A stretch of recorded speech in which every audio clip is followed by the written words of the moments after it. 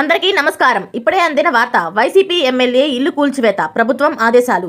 ఈ విషయాలన్నీ తెలుసుకునే ముందు వీడియోని పూర్తిగా చూడండి, అప్పుడే మీకు పూర్తిగా అర్థమవుతుంది. అదేవిధంగా చాలామంది సబ్స్క్రైబ్ చేసుకోకుండా వీడియోని చూస్తున్నారు, దయచేసి సబ్స్క్రైబ్ చేసుకోండి. సబ్స్క్రైబ్ చేసుకోవడం వల్ల నేను చేసే ప్రతి వీడియో అప్డేట్ మీకు ముందుగానే నోటిఫికేషన్ రూపంలో వస్తుంది. అదేవిధంగా లైక్ చేయడం మర్చిపోతున్నారు, దయచేసి లైక్ చేయండి. లైక్ చేయడం వల్ల ఇటువంటి ఇంపార్టెంట్ ఇన్ఫర్మేషన్ చాలామందికి రీచ్ చేసిన వాళ్ళు అవుతాం.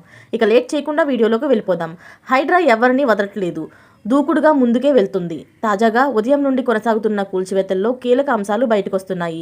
హైటెక్ సిటీ ప్రాంతంలో ఓ చెరువు శిఖం భూమిలో ఉన్న టీడీపీ మాజీ ఎంపీ మురళీమోహన్కు చెందిన జయబేరి నిర్మాణ సంస్థ షెడ్ను కూల్చివేయాలని హైడ్రా సామాన్లు జారీ చేసింది. 2 రోజుల్లో మీరు కూల్చండి, లేదంటే మేమే కూల్చేస్తాం అని అల్టిమేట్ జారీ చేసింది.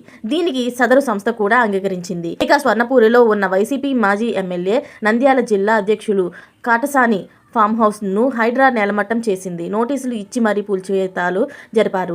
ఆదివారం ఏకంగా 30 బృందాలు ఏకకాలంలో ఈ కూల్చివేతలను చేపట్టాయి. మాదాపూర్లోని అయ్యప్ప సొసైటీలో అనుమతి లేని నిర్మాణాలను కూల్చివేశారు.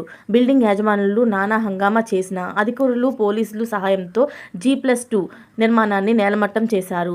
ఆమీన్పూర్ చెరువు పరిధిలోని కూల్చివేతలు కొనసాగుతూనే ఉన్నాయి.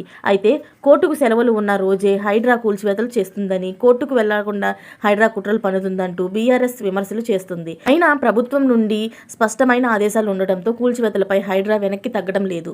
ఇలాంటి లేటెస్ట్ అప్డేట్స్ అన్ని మీరు ముందుగానే పొందాలి అనుకుంటే ఛానల్ని సబ్స్క్రైబ్ చేసుకోండి. అలాగే పక్కనే ఉన్న గంట సింబల్ని క్లిక్ చేయడం మర్చిపోకండి. Thanks for watching friends.